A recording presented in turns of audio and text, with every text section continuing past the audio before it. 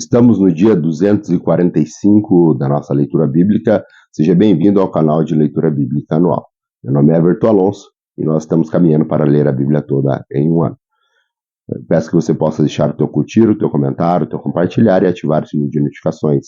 Hoje a nossa leitura será em 1 Samuel 26, iremos a 1 Coríntios 7, iremos ao profeta Ezequiel no capítulo 5 e finalizando a leitura de hoje, iremos a Salmo 42 e Salmo 43. Aqui em 1 Samuel 26, nós vamos ver novamente Davi poupando a vida de Saul. Vamos a essa leitura? 1 Samuel 26.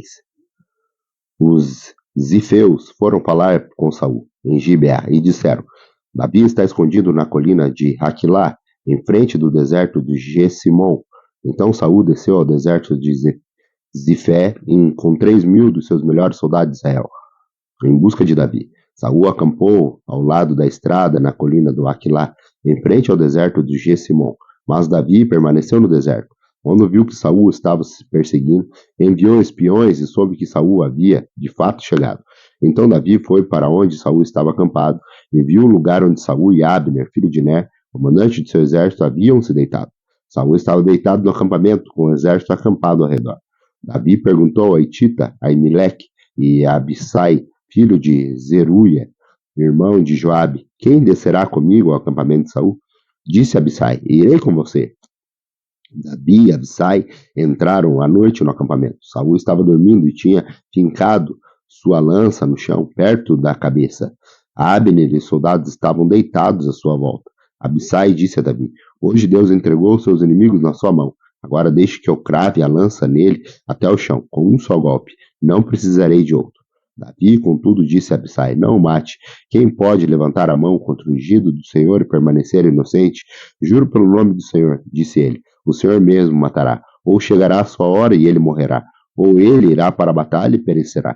O Senhor me livre de levantar a mão contra o seu ungido.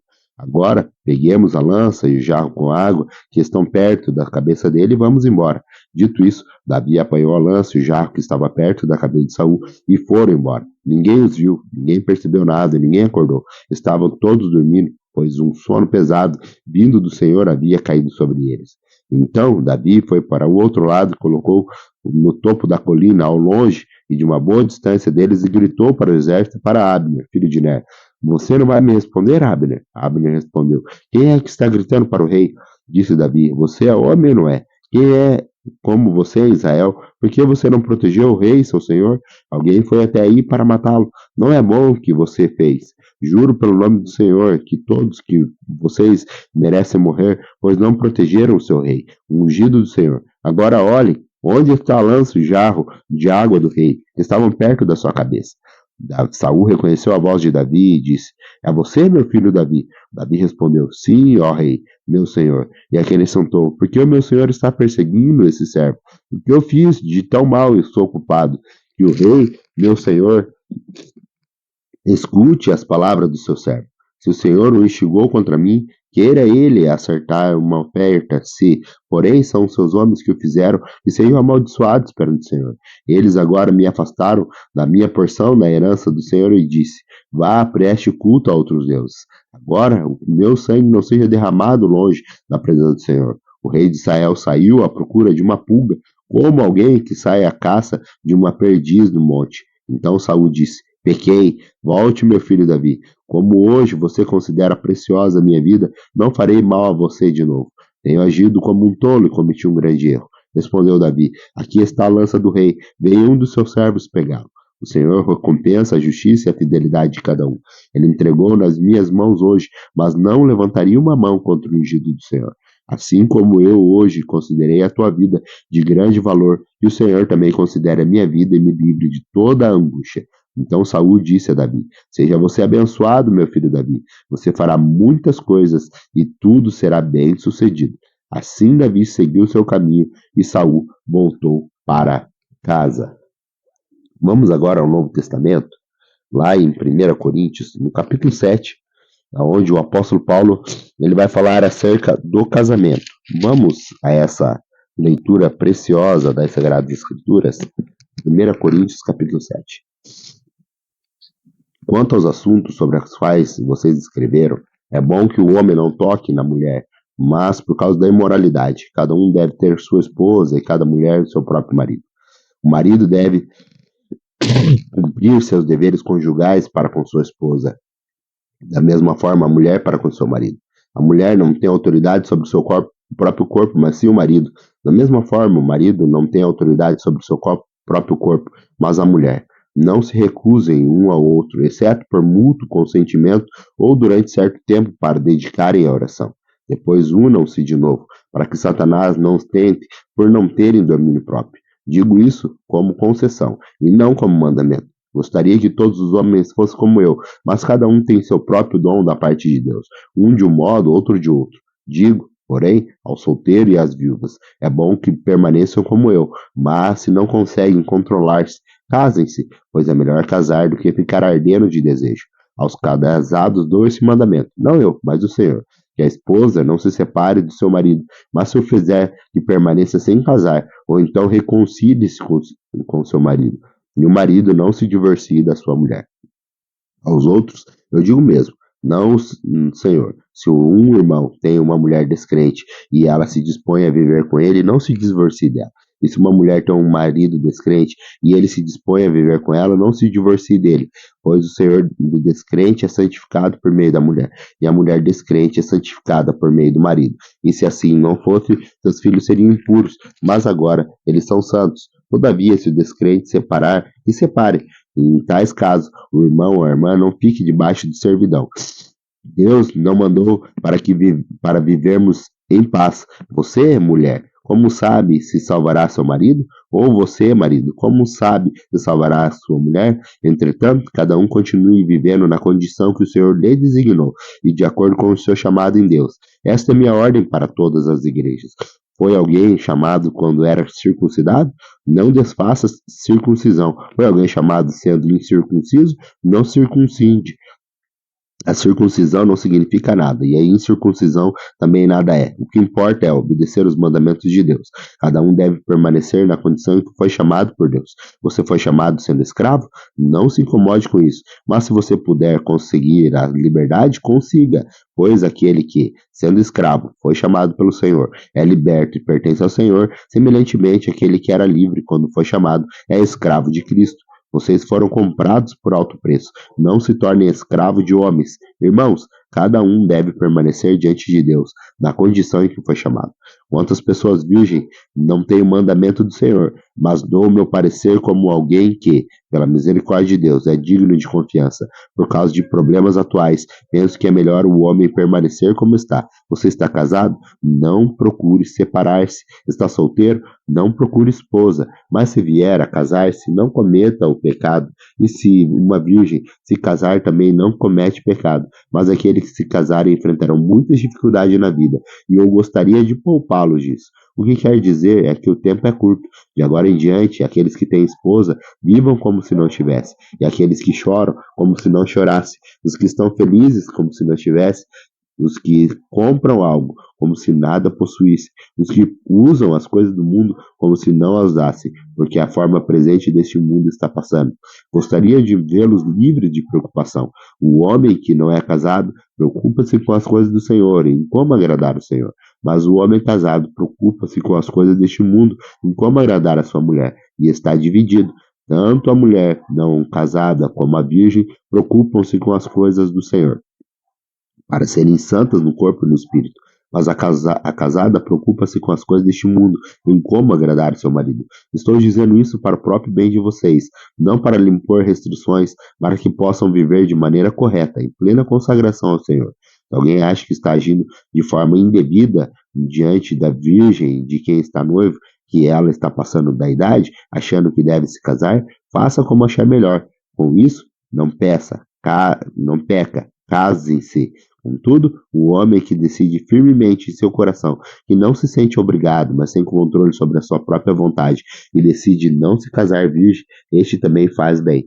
Assim, aquele que se casa com a virgem faz bem, mas aquele que não se casa faz melhor. A mulher está ligada ao seu marido enquanto viver, mas se o marido morrer, ela estará livre para se casar com quem quiser, contanto que ele pertença ao Senhor. E, em meu parecer, ela será mais feliz se permanecer como está. E penso que também o Espírito de Deus.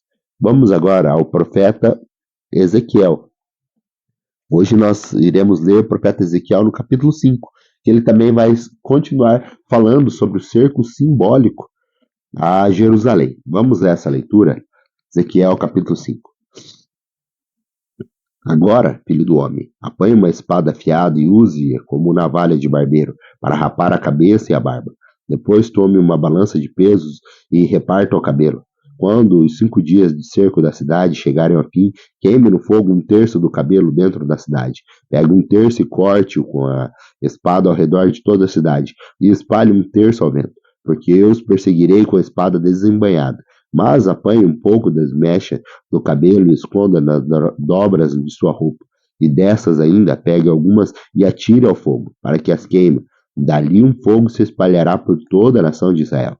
Assim diz o soberano, o Senhor. Esta é a Jerusalém que pus no meio dos povos, com nações ao seu redor. Contudo, em sua maldade, ela se revoltou contra as minhas leis e contra os meus decretos, mais do que os povos e as nações ao redor. Ela rejeitou as minhas leis e não agiu segundo os seus decretos.